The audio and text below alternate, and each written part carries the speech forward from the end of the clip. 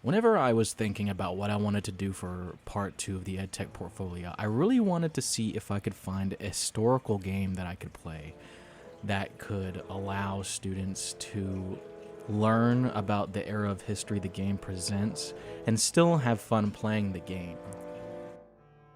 In my search, I found a little itch.io game called When Rivers Were Trails. It's kind of a spin on the Oregon Trail, where you get to play as the American Indians that were being pushed further west because of American expansion. This game affords players to be able to really put themselves in the shoes of the Indians as they were going through this upheaval. In the game, you are prompted to make some pretty drastic decisions that could determine whether or not you live or die. You have to treasure your resources.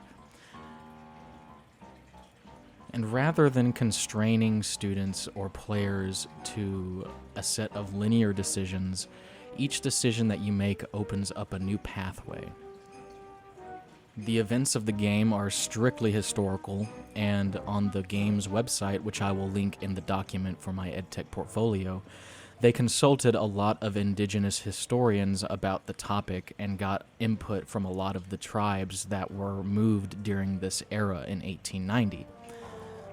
On top of the events in the game being strictly tied to history, if your character goes through a piece of dialogue where, say, an Indian artifact or ceremonial piece is mentioned, there will be a little clickable link in the dialogue box that pulls up a description of what that item is for further reading.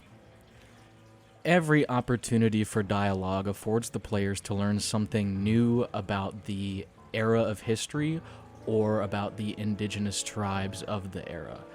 I had one experience where I ran into an Indian woman, and I offered her a gift in order to get well-being for my player and also maybe to get something in return. But she refused because she was in the process of getting married to a Frenchman, and because the Frenchman had to basically purchase her from her father, she cannot accept any gifts, and so she politely refuses.